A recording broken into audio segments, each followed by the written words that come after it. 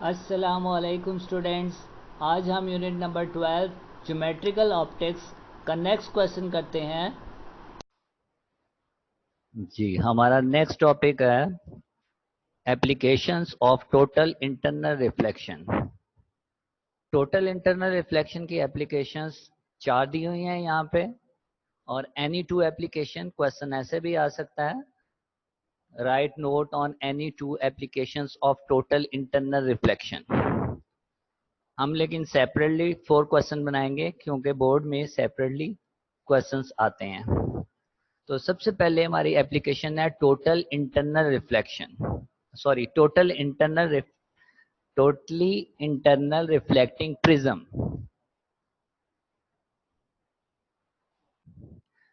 जी, totally internal reflecting prism.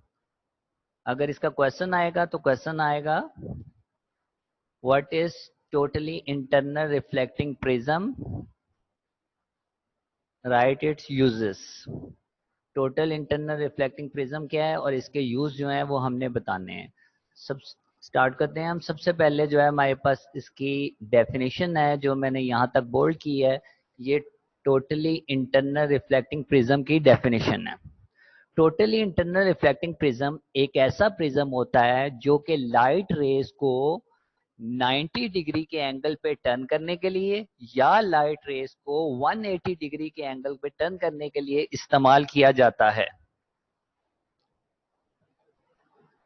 और इसके अलावा ये टोटली रिफ्लेक्टिंग प्रिज्म जो होता है इसका एक एंगल जो होता है ये लाजमी 90 डिग्री का होता है। तो लिखा हुआ है many optical instrument use right angle prism to reflect a beam of light through 90 degree or 180 degree by total internal reflection, such as cameras, binoculars, periscope, telescope. One of the angle of a right angle prism is 90 degree. So such prism is said to be totally internal reflecting prism. अब ये जो prism है ये light rays को मैंने कहा 90 और 180 degree पे टर्न करने के लिए इस्तेमाल किया जाता है। इसकी डायग्राम आपको 12.10 में नजर आएगी। ये डायग्राम हमने बनानी है इसकी एक्सप्लेनेशन के साथ, और इसकी एक्सप्लेनेशन जो है वो मैंने इस वक्त बोल्ड की हुई है। एक्सप्लेनेशन जो है वो 12.10 डायग्राम के मुतालिक जो है बताई गई है। तो वो 12.10 डायग्राम जो है वो स्क्रीन पे आपको नजर आ रही है। इसमें हमने स्टार्ट करना है कि दो रेस ए बी जो है वो मूव कर रही हैं प्रिज्म के ऊपर, स्ट्राइक करती हैं जाके, और हम देख रहे हैं 90 डिग्री के एंगल पे स्ट्राइक कर रही हैं। शुरू में जब जाती हैं तो फेस के साथ 90 डिग्री के एंगल पे यानी कि नॉर्मली स्ट्राइक करती हैं। नॉर्मली कोई भी रे जाए एक मीडियम से दूसरे मीडियम में वो अपनी डायरेक्शन चेंज नहीं करती है बल्कि वो सीधी चली जाती है।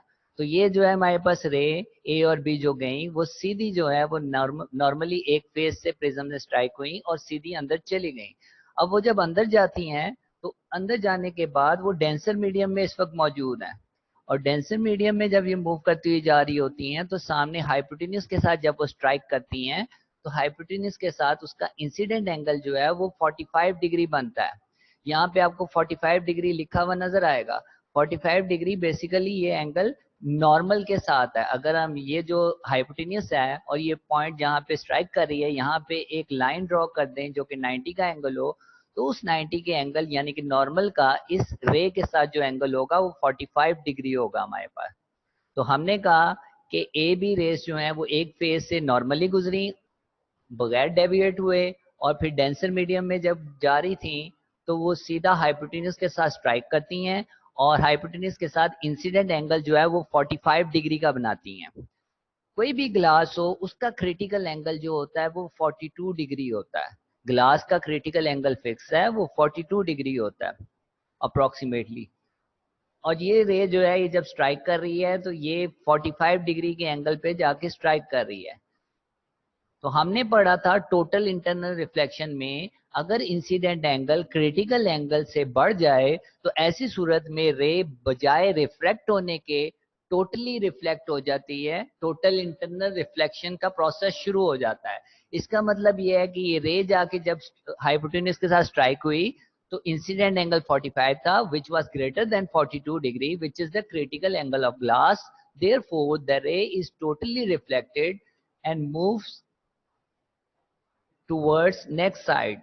अब हम देख सकते हैं कि जब टोटल रिफ्लेक्शन हुई तो 45 डिग्री इंसिडेंट एंगल था, तो रिफ्लेक्टेड एंगल भी 45 ही हो जाएगा, यानी कि ओवरऑल 90 डिग्री के एंगल पे वो टर्न होगी रे, और दूसरी फेस के साथ जो है वो नॉर्मली यानी कि 90 के एंगल पे सीधी गुजर के बी डैश ए डैश पे पहुंच गई ये रेस। तो इस वक्त जो रेस हैं वो सारी की सारी 90 डिग्री के एंगल पे टर्न हो गई हैं। तमाम रेस जो है वो 90 डिग्री के एंगल पे टर्न हो गई हैं।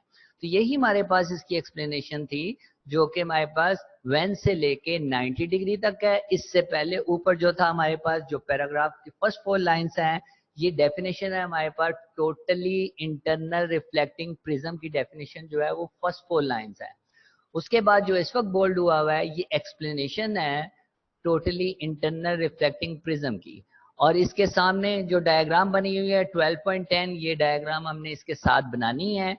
उसके बाद जो है नेक्स्ट जो हमारे पास 3 लाइंस हैं, ऑलमोस्ट 3 लाइंस जो हैं, ये 3 लाइंस यूजेस की हेडिंग आप डालेंगे।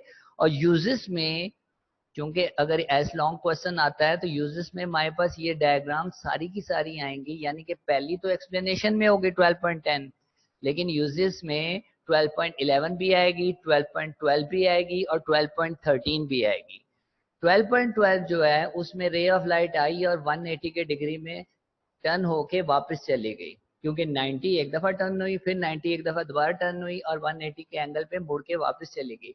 लेकिन ये जो 12.12 है इसके बारे में एक्सप्लेनेशन नहीं है हमारे बुक में, लेकिन हमें बनानी पड़ेगी। 12.10 जो है इसकी एक्सप्लेनेशन जो है ये यहाँ पे मौजूद थी, जो हमने इस डायग्राम को देखते हुए एक्सप्लेन किया था। आगे जो हमारे पास हैं ये यूजेस हैं, जिसमें ये सारी डायग्राम्स 11, 12 और 13 तीनों हमने बनानी है। वो कहता है द लाइट इज टोटली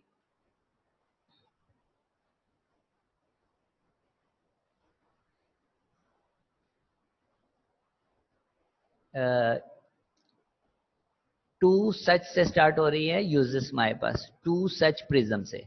तो two such prisms are used in periscope. Periscope जो है ये डायग्राम बनी हुई है, ठीक है। और इसमें देख सकते हैं अंदर 2 प्रिज्म दिखाई दे रहे हैं और रेस को 90 पे टर्न करके फिर 90 पे टर्न किया गया है। तो उसने बताया पेरिस्कोप में इस्तेमाल होता है। उसके बाद कहता है figure 12.12 the light is totally reflected by the prism by an angle of 180। Simply बता देता है 12.12 में 180 पे रे मुड़ रही है, 90 करके 180 बन जाता है। Two such prisms are used in binocular. Binocular के अंदर इस तरह के 2 प्रिज्म इस्तेमाल करते हैं। नीचे देखें ये बायन्यूक्लियर है और इसके अंदर जो है 2 इसी प्रिज्म इस्तेमाल किए हैं। लाइट रे आई 180 पे मुड़ी, फिर 180 पे मुड़ी और फिर हमारी आंख की तरफ आई। तो ये लाइट रे जब आती है तो 180 पे टर्न करके फिर 180 पे टर्न करके फिर हमारे आंख के पास आ रही है। तो हमने यूजर्स जो हैं, मेन बात यही है पेरिस्कोप में इस्तेमाल होता है, बायन्यूक्लियर में इस्तेमाल होता है, और साथ में हमने 3 डायग्राम्स 11, 12 और 13 हमने बना देनी है। तो यहाँ पे हमारे पास जो है ये लॉन्ग क्वेश्चन जो है totally internal reflecting prism complete होता है। उसके बाद हमारे पास नेक्स्ट क्वेश्चन स्टार्ट होता है ऑप्टिकल फाइबर्स। क्वेश्चन नंबर 8 है हमारा optical fibres. What are optical fibres? Explain its construction and working. What are optical fibers? Explain its construction and working. तो ऑप्टिकल फाइबर की हमने कंस्ट्रक्शन भी बतानी है और किस तरीके से ये काम करता है ये भी हमने एक्सप्लेन करना है। तो सबसे पहले फर्स्ट 2 लाइन में ये बताया गया है कि ऑप्टिकल फाइबर जो होता है वो क्या होता है। Total internal reflection is used in fibre optics. अब ये जो है जो भी इंस्ट्रूमेंट है इसमें टोटल इंटरनल रिफ्लेक्शन का प्रोसेस इस्तेमाल किया जाता है। ऑब्वियसली ये एप्लीकेशन है टोटल इंटरनल रिफ्लेक्शन की, तो इसमें टोटल इंटरनल रिफ्लेक्शन लाजमी होगा। Which has number of advantages in telecommunication field. और टेलीकम्युनिकेशन फील्ड में इसका बहुत ज्यादा इस्तेमाल किया जाता है। तो हमने ऑप्टिकल फाइबर की मेन हेडिंग के साथ फर्स्ट 2 लाइंस हमने लिखनी है। और फर्स्ट 2 लाइन जो है हमारे पास वो है total internal reflection is use in fibre optics, यानी कि ऑप्टिकल फाइबर में इस्तेमाल होता है। Which has number of advantages in telecommunication field, ये मेन हेडिंग के साथ। उसके बाद जो है वो हम कंस्ट्रक्शन की एडिंग डालेंगे और कंस्ट्रक्शन जो है वो रिफ्रैक्टिव इंडेक्स तक जाएगी। फाइबर से लेके रिफ्रैक्टिव इंडेक्स जो है ये हमारे पास इसकी कंस्ट्रक्शन है। और कंस्ट्रक्शन में हमने ये डायग्राम भी बनानी है। नीचे आप देखें 12.14 डायग्राम, ये जो नीचे बनी हुई है 12.14 डायग्राम, ये इसके साथ आपने बनानी है। और कंस्ट्रक्शन में इसके बारे में हमने बताना है कि ये हमारे पास जो है एक पाइप होती है, बारीक सी एक पाइप होती है जिसका साइज जो है हेयर साइज यानी कि हमारे बाल के बराबर इसका साइज होता है। इसकी दो लेयर्स होती हैं, अंदर वाली लेयर को कोर कहते हैं और बाहर वाली लेयर को क्लेडिंग कहते हैं।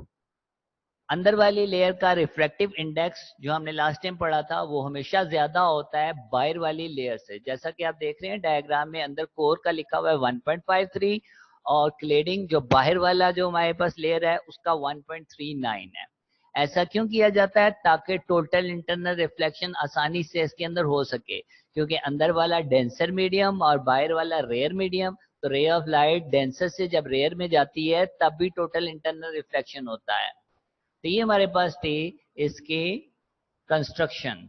उसके बाद है ये वर्किंग कैसे करता है। लाइट एंटरिंग फ्रॉम वन, यहां से लेके स्मॉल लॉस ऑफ एनर्जी तक जो है ये हमारे पास इसकी वर्किंग है, जिसमें हमने बताना है लाइट रे जब एक एंड से एंटर की जाती है तो हमेशा इंसिडेंट एंगल जो है वो क्रिटिकल एंगल से ज्यादा रखा जाता है। लाइट जब एक एंड से एंटर हुई ऑप्टिकल फाइबर में तो इस तरीके से भेजी जाती है कि आई हमेशा बड़ा होता है क्रिटिकल एंगल से। जैसा कि आपको डायग्राम में नजर आ रहा है, लिखा हुआ है आई ग्रेटर देन सी। ऐसा करने से क्या होता है? टोटल इंटरनल रिफ्लेक्शन हमने लास्ट टाइम पढ़ा था, रे बजाय दूसरे मीडियम में रिफ्रैक्ट होने के वापस टोटली वापस आ जाती है। तो ये जो है जब वापस आती है तो फिर दोबारा ऐसा होता है आई ग्रेटर देन सी। तो ये सिलसिला टोटल इंटरनल रिफ्लेक्शन का इसके अंदर जारी रहता है और लाइट एक एंड से दूसरे एंड में चली जाती है बगैर जाया हुए। तो ये हमारे पास जो है एक प्रोसेस है लाइट रे को एक जगह से दूसरी जगह पहुंचाने का without losing any intensity of light. उसके बाद है हमारे पास इन पाकिस्तान, यहाँ पे हेडिंग डाल सकते हैं इन पाकिस्तान। पाकिस्तान में जो है रिसेंटली इसका इस्तेमाल किया जा रहा है और इसमें टेलीकम्युनिकेशन के लिए नंबर ऑफ कॉल्स जो हैं वो एक जगह हजारों कॉल्स जो हैं वो एक जगह से दूसरी जगह जो है वो पहुंचाई जा रही हैं।